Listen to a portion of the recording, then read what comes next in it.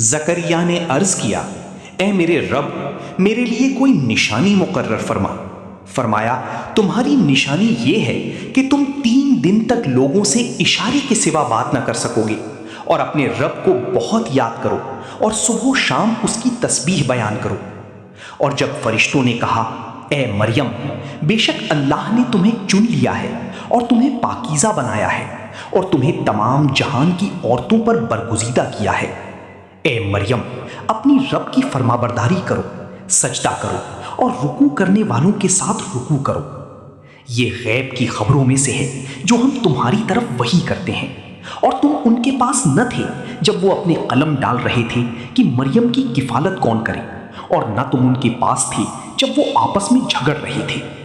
جب فرشتوں نے کہا، اے مریم، بے شک اللہ تمہیں اپنی طرف سے ایک کلمے کی خوشخبری دیتا ہے جس کا نام مسیح عیسیٰ ابن مریم ہے۔